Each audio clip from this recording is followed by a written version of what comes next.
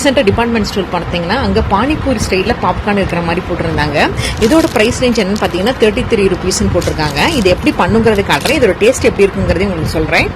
பாருங்க, இந்த பாக்கெட்ல இந்த மாதிரி இன்ஸ்டன்ட் பாப்கார்ன் ஒன்று இருக்கும். அது போக பாத்தீங்கன்னா மசாலா பாக்கெட்டும் ஒன்று இருக்கும். இந்த மாதிரி மசாலாவை ஃபர்ஸ்ட் வந்து கார்னை வந்து நல்லா இது பண்ணிக்கணும். பாயில் பண்ணி எடுத்ததுக்கு அப்புறம் இந்த மசாலா கடைசியாக ஆட் பண்ணும். இப்போ பாத்தீங்கன்னா ஒரு இது எடுத்து வச்சிருக்கேன், ப்ரெஷர் குக்கர் எடுத்து வச்சிருக்கேன். அதுல ஆயில் கீல் எதுவுமே ஊற்றல, ஃபுல்லா ட்ரையா இருக்கு. அடுப்பு ஆன் பண்ணி வச்சுட்டு இப்போ இதை இதுல போட்டிருக்கேன். ஸோ இது பாத்தீங்கன்னா இந்த மாதிரி நான் 2 பாக்கெட் போட்டிருக்கேன். ஸோ நீங்க ஒரு பாக்கெட் எடுத்தும் பண்ணலாம், இல்ல 3 பாக்கெட் எடுத்தும் பண்ணலாம். ஸோ உங்களோட குவான்டிட்டிக்கு தகுந்த மாதிரி நீங்க பெரிய பாத்திரமா எடுத்துக்கோங்க, அதுதான் மெயின். ஸோ இப்போ இதையும் எடுத்து போட்டுட்டேன். ஸோ அதே மாதிரி 2 பாக்கெட்டும் ஆட் பண்றேன். இது நல்லா பாயில் ஆகி வந்ததுக்கு அப்புறம் தான் நம்ம அந்த மசாலா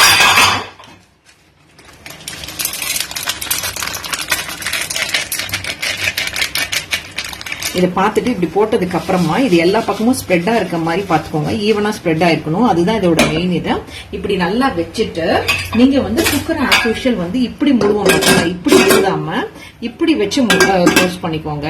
இப்படி வச்சு க்ளோஸ் பண்ணிட்டு கேஸ் கட் இல்லாம இப்படி க்ளோஸ் பண்ணிக்கணும். வச்சுட்டு ஒரு 2-3 நிமிஷத்துலயே பாயில் ஆகணும் அதுலயே போட்டிருக்காங்க. ஏன்னா இது வந்து 3 மினிட்ஸ்ன்னு. ஸோ இது 3 மினிட்ஸ் கழிச்சு உங்களுக்கு காட்டுறேன். இப்ப பாருங்க, லைட்டா அது பாயில் ஆகி வரது காமிச்சிருக்கேன். இது ஃபுல்லா 3 மினிட்ஸ் ஆகும்போது உங்களுக்கு இந்த மாதிரி வரும். இது வந்து இப்படி க்ளோஸ் பண்ணிட்டீங்கன்னா உங்களுக்கு அது தெரிக்காது, அதனாலதான் க்ளோஸ் பண்ண சொல்லியிருக்காங்க. அது இப்படி க்ளோஸ் பண்ணீங்கன்னா அவங்களே இன்ஸ்ட்ரக்ஷன்லயும் கொடுத்திருக்காங்க. பாத்தீங்கன்னா 3 மினிட்ஸ்க்கு முன்னாடியே நல்லா பாயில் ஆயிடுச்சு. இப்ப எப்படி போட்டேன், இப்ப எப்படி வந்திருக்கு பாருங்களேன். சோ 3 மினிட்ஸ்குள்ள இல்ல 2 மினிட்ஸ்குள்ளே ரெடி ஆயிடுச்சு. சோ இப்படி வந்து நல்லா இப்படி மிக்ஸ் பண்ணி விட்டுக்கோங்க. இப்போ வந்து பாத்தீங்கன்னா அவங்க சொன்ன மாதிரி இந்த ஸ்வீட் பானிபூரி மசாலாவை ஆட் பண்ண போறேன். சோ இந்த மசாலாவை இப்போ இந்த மாதிரி இது பண்ணி வச்சிருக்கேன். இதெல்லாம் இப்படி போட்டுட்டு எல்லாத்தையும் மிக்ஸ் பண்ணிக்க வேண்டியதான்.